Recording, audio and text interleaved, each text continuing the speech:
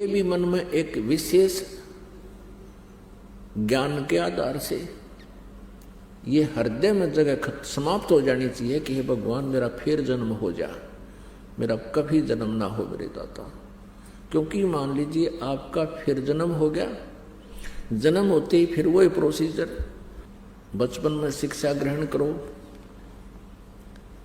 फिर युवा होते ही रोजगार की चिंता, और फिर बच्चे ना हो वह चिंता होगी तो फिर महाचिंता। और ये भी सोच कर चलो कि हमारा, क्योंकि हम गफलत करेंगे तभी हमारे साथ ऐसा होगा, पुनर्जन्म भी वैसे नहीं होगा जल्दी से। तो ये भी ध्यान रखो कि मन माने फिर अगले जन्म में संतान ना हुई तो दुखी, और हो गए तो महादुखी। कोई मर गया, कोई जीवित रहा है, कोई रोगी, कोई कोढ़ी हो गया। हम देखते हैं एक एक परिवार के ऐसे बच्चे हैं तो जीवन से ही ऐसी स्थिति में है, ना वो मरे हैं ना जीवित हैं। तो कहने का भाव यह है कि इन दुखों को और इस हरहट के कुएं को याद रख कर इस जन्म और मृत्यु से आपको हृदय से नफरत हो जानी चाहिए। एक गलानी बनेगी अंदर में, एक गलानी बनेगी ज्ञान से और भक्ति से, तो फिर आपका पुनर्जन्म नहीं होगा। यहाँ पर आप सीधे सतलोक जाओगे, मर्यादा में रहना होगा, सतभक्ति करते रहना होगा, आखिरी श्वास तक जाप करना है। कबीर परमात्मा कहते हैं अपनी महिमा अपने पाने की विधि आप ही बताते हैं। साईं यूं मत जानियो प्रीत घटे मम चत, मरूं तो तुम सुमृत मरूं और जीवित सुमरूं नित। अब कहते हैं भगवान की भक्ति को, परमात्मा के अंदर आस्था या नकली सी मत लाइयो, एक मजाक मत समझना। कहते हैं साईं यूं मत जानियो प्रीत घटे मम चत, मरूं तो तुम सुमृत मरूं और जीवित सुमरूं नित। तो पुण्यात्मा, परमात्मा का पाना सबसे आसान है। परमात्मा का पाना जितना आसान है इस पृथ्वी पर कुछ भी काम इतना आसान नहीं है।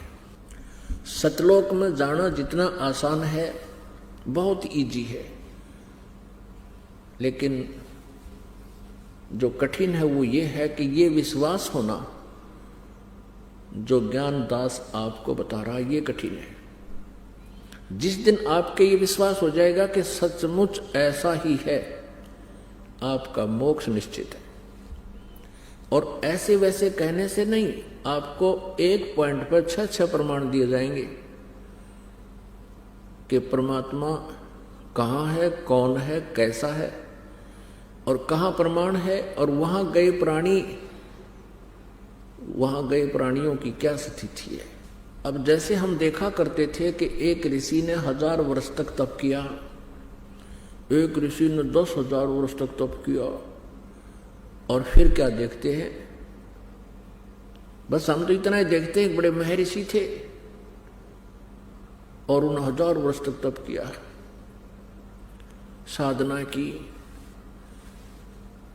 अब हमें ये नहीं मालूम था उन साधना करने वालों ने क्या प्राप्त हुआ, उपलब्धि क्या हुई। हमने ये मान लिया कि वो तो भगवान को पा गए होंगे, और जिनको हम महर्षि मानते थे, जो बहुत अच्छे साधक थे, उनकी जीवनी हम देखते हैं तो पता चलता है कि वो मोक्ष के तो आस पास भी नहीं थे। पुण्यात्मा, आज सुबह के सत्संग में एक प्रसंग चला था। परमेश्वर कबीर देव जी जब तपस्या पर आए, जहां पर वो काल जीव भून रहा था खाने के लिए 1 लाख मानव शरीरधारी प्राणियों के सूक्ष्म शरीर को, तो वहां आकर के जब उनसे वार्ता की, परमात्मा पूछ रहे थे, वहां पर वो ब्राह्मण भी थे, वो ऋषि भी थे, वो गुरु भी थे। उनसे पूछा तुम क्या साधना करते हो? उन्होंने बताया कि हम वेदों अनुसार ओम नाम का जाप करते थे और करवाते थे, और समाधि भी लगाते थे, मेडिटेशन भी करते थे। और फिर भी उनकी वह तपस्या के ऊपर दुर्गति हो रही थी। तो परमेश्वर ने कहा कि तुम्हारी यह साधना क्या आड़े अड़ी, अब क्या साधना थी, तुम्हारी दुर्गति यहां हो रही है। तब तो वो मान गए, हाँ जी हमारे कोई आड़े नहीं आई। तो परमात्मा ने बताया कि तुम ओम नाम का जाप जपते थे, हाँ जी। और ये भी बताया उन्होंने कि हम गायत्री मंत्र जाप करते थे तब, और हवन भी करते थे। तो परमेश्वर ने बताया कि जैसे यज्ञ क्या चीज होती है, ये 5 यज्ञ होती हैं, 5 यज्ञ करनी चाहिए। एक यज्ञ है धर्म की, दूसरी यज्ञ है ध्यान, और तीसरी यज्ञ हवन की, चौथी यज्ञ प्रणाम, 5वीं यज्ञ ज्ञान की। इन ज्ञान यज्ञों से क्या लाभ है? यज्ञों से मोक्ष नहीं है, यज्ञों से मोक्ष नहीं होता। एक मंत्र है, परमात्मा के पाने का एक नाम है, मंत्र है, जाप है, उससे मोक्ष होता है। लेकिन उस मोक्ष प्राप्ति में ये यज्ञ सहयोगी हैं, ये यज्ञ सहयोगी हैं। कैसे? जैसे खेत में किसान बीज बीजता है, गेहूं का बीज बीज दिया और खाद और पानी डाला नहीं तो वो बीज व्यर्थ रहेगा। और यदि गेहूं का बीज बीजा नहीं और खाद और पानी डालते रहे, सिंचाई भी करते रहे, तो वो भी व्यर्थ है। गेहूं के बीज के स्थान पर भांग बो दी, गेहूं ना बीज कर, तो और फिर ये 500 यज्ञ करते रहे, अर्थात खाद पानी डालते रहे, तो भी व्यर्थ है। क्योंकि अन्न से हमारा जीवन सुरक्षित है, बच्चों का भी हमारा भी। अब ध्यान से सुनना, ये दास कहना क्या चाहता है। जैसे हमने आम का पौधा बीजना है, आम का पौधा बीज दिया, उसमें खाद और पानी डालते रहे, तो एक दिन वो बड़ा होकर के फलों से लदबद होगा और हमें वो वस्तु उपलब्ध होगी जिसके लिए प्रयत्न किया था। और आम के स्थान पर हमने बबूल आम जान के और बबूल का पौधा बो लिया और सिंचाई भी करते रहे, खाद भी डालते रहे, तो वो क्या देगा? आम नहीं लगेंगे, वो बबूल के कांटे ही मिलेंगे। तो कहने का भाव ये है, परमात्मा ने कहा कि तुमने ओम नाम का जाप किया, हवन भी किया, एक यज्ञ किया।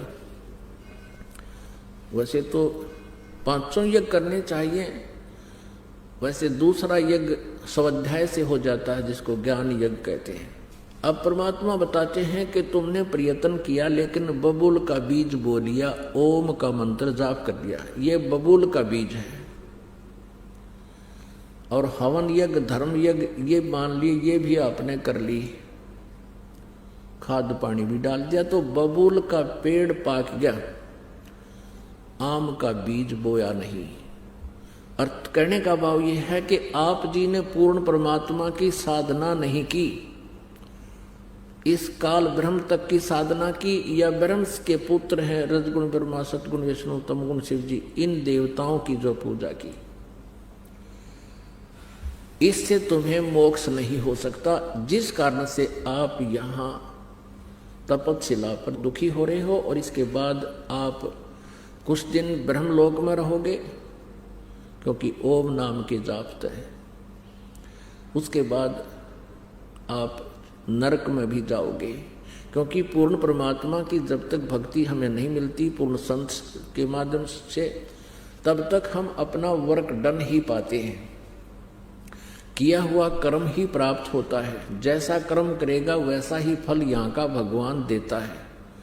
आपको पुण्य भी मिलेंगे, पुण्यों का फल भी मिलेगा, भक्ति का फल भी मिलेगा। जैसी ओम नाम की जाप आपने किया और कोई पुण्य दान किया, वो भी फल मिलेगा, और साथ में आपने पाप भी भोगने पड़ेंगे। अब यहाँ की व्यवस्था है, यहाँ इस काल के लोक में काल ने हमें इतना विवश कर दिया है कि जैसे यहां पर पाप तो अपने आप बिना किए बगैर प्रयत्न के ही होते रहते हैं, और पुण्यों के लिए विशेष प्रयत्न करना पड़ता है, शुभ कर्म के लिए विशेष प्रयत्न करना पड़ता है, और अशुभ अपने आप होते हैं। जैसे खेत के अंदर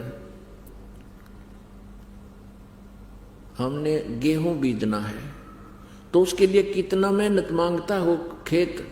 पहले उसकी गुड़ाई करनी पड़ती है, हल से ट्रैक्टर से उसको संवारना पड़ता है, और फिर उसमें कीमती बीज डालना पड़ता है, फिर सिंचाई और खाद डालना पड़ता है, और तब जाकर के वो कहीं हमें वो कणक यानी गेहूं प्राप्त होता है।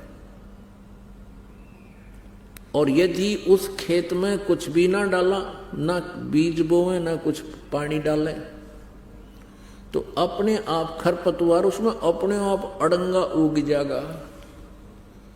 यहां का ऐसा नियम है। जब हम सत साधना करेंगे, परमात्मा की भक्ति करेंगे, तो उसके लिए हमने समय भी डिवोट करना पड़ेगा, और हमने दान भी करने पड़ेंगे, साधना भी करनी पड़ेगी। शुभ कर्मों के लिए तो खूब कमर तोड़ मेहनत करनी पड़ेगी, और अशुभ अपने आप हो जाएंगे। पृथ्वी ऊपर पग जो धारे, करोड़ जीव एक दिन में मारे। सत्य ब्राह्मण की है हत्या, जो चौका तुम दे वो नेता। ब्राह्मण सेंस हत्या जो होई, जल स्नान करत हो सोई। खान पान में दमन प्राणी कैसे पाओ।